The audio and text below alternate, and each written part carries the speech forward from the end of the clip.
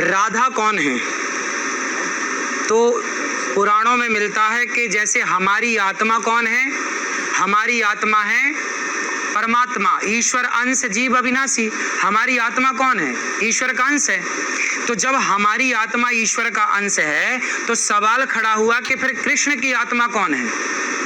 क्योंकि हमारी आत्मा तो परमात्मा है, तो परमात्मा की आत्मा कौन है? तो भागवत जी में आया, पुराणों में, अन्य पुराणों में आया कि कृष्ण की आत्मा का नाम ही राधा है। ये प्रमाण है, लिखा हुआ। कृष्ण की आत्मा कौन है? ये तो प्रेम का भाव हो गया ना, लिखा है, प्रेम रैम से नहीं, स्पष्ट लिखित में प्रमाण है। राधा कौन है? कृष्ण की आत्मा।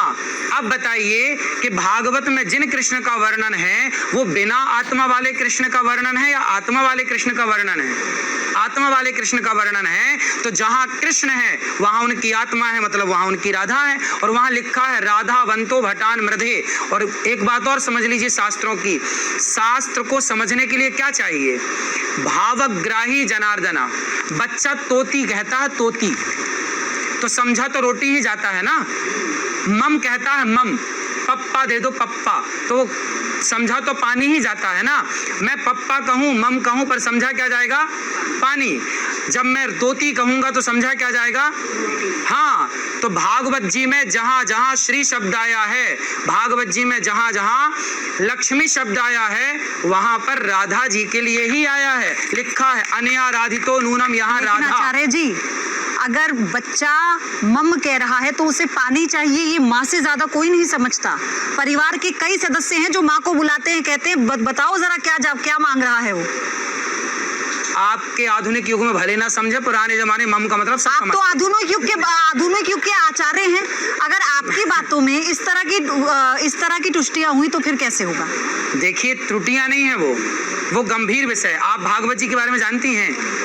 जब भगवान श्री कृष्ण रासलीला रचाए, तो क्या हुआ? भगवान श्री कृष्ण गोपियों को लेकर के, राधा रानी को लेकर अंतर्धान हो गए, चले गए।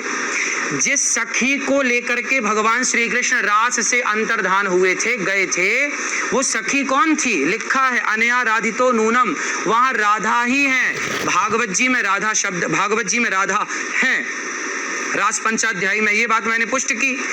और वहां लिखा है, देखो वहां पर क्या है, उज्जितायुध दौर दंडई राधा वंतो भटान मृदे। लिखा तो है राधा। अब जिसको पाठ करेंगे तो राधा ही आएगा, पर वहां व्याख्या में आधा वंतो हो जाएगा, पर उच्चारण में तो राधा लिखा है, उच्चारण तो राधा ही होगा। जब उसकी व्याख्या करेंगे, संधि विच्छेद करेंगे तो वो आधा हो जाएगा, पर उच्चारण में तो राधा है।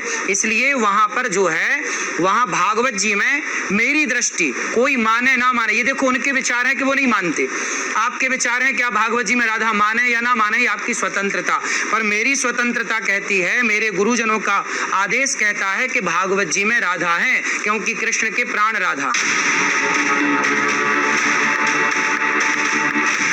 क्या वाकई ऐसे समय में जहां हम हैं, सनातन खतरे में है क्या?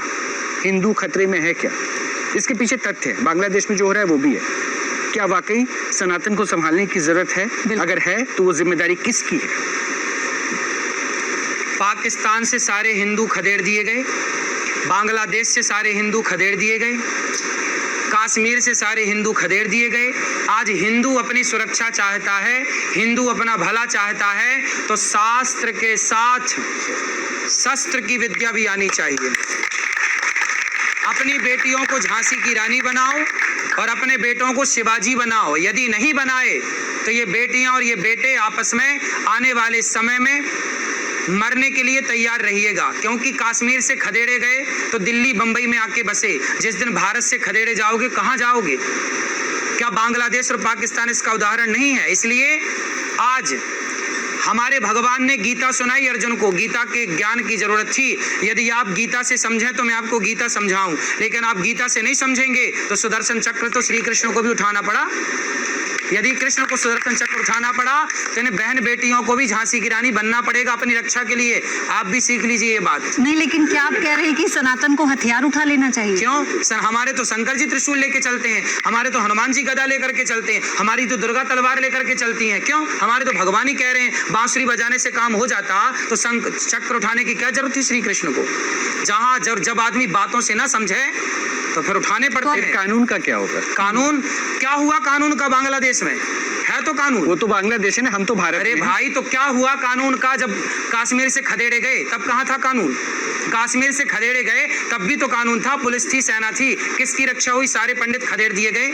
जिस दिन आएगा ना तो कानून धरा रह जाएगा। लेकिन इस बीच ये भी आपको नहीं लगता कि धर्म के नाम पर उकसावा भी होता है? बांग्लादेश को देखने के बाद यहाँ पर ऐसे कह दिया जाता है। कैसे? हम तो आपकी रक्षा के लिए कह रहे हैं झांसी की रानी बनो।